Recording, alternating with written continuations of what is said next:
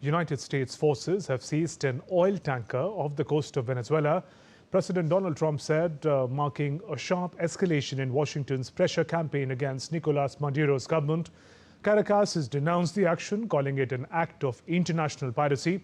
The Trump administration accuses Venezuela of funneling narcotics into the U.S., has intensified efforts to isolate President Maduro in recent months.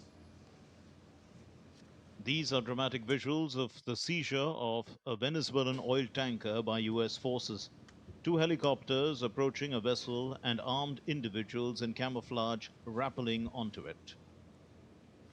As you probably know, we've just seized a tanker on the coast of Venezuela, a large tanker, very large.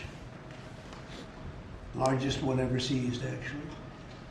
And other things are happening, so you'll be seeing that later, and you'll be talking about that later with some other people. We're interested in the seizure of this tanker.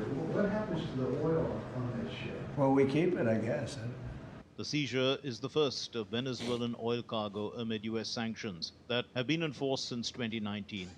It is the first known action against an oil tanker since Trump ordered a massive U.S. military buildup in the region and carried out strikes against suspected drug vessels, operations that have raised concerns among Democratic lawmakers and legal experts. In response, the Venezuelan government in a statement accused the U.S. of blatant theft and described the seizure as an act of international piracy. It said it would denounce the incident before international bodies. Iran's embassy in Caracas condemned the action as a grave violation of international laws and norms. Meanwhile, diplomatic activities are picking up. Belarusian President Alexander Lukashenko on Thursday held a second meeting in 17 days with the Venezuelan ambassador to Russia. Sources say Lukashenko told the Venezuelan envoy that Maduro was welcome in Belarus. On the other hand, Venezuelan opposition leader and Nobel Prize winner Maria Corina Machado emerged to collect the Nobel Prize in Oslo after months in hiding.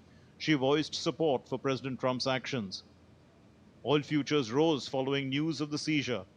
After trading in negative territory, Brent crude futures rose 27 cents or 0.4% to settle at $62.21 a barrel, while U.S. West Texas Intermediate crude futures gained 21 cents. The Trump administration does not recognize Maduro as Venezuela's legitimate president. Besides Maduro, Colombian President Gustavo Petro is on Donald Trump's radar due to escalating tensions over drug trafficking and migration policies, leading to implicit threats of military action and diplomatic standoffs. Bureau Report, DD India.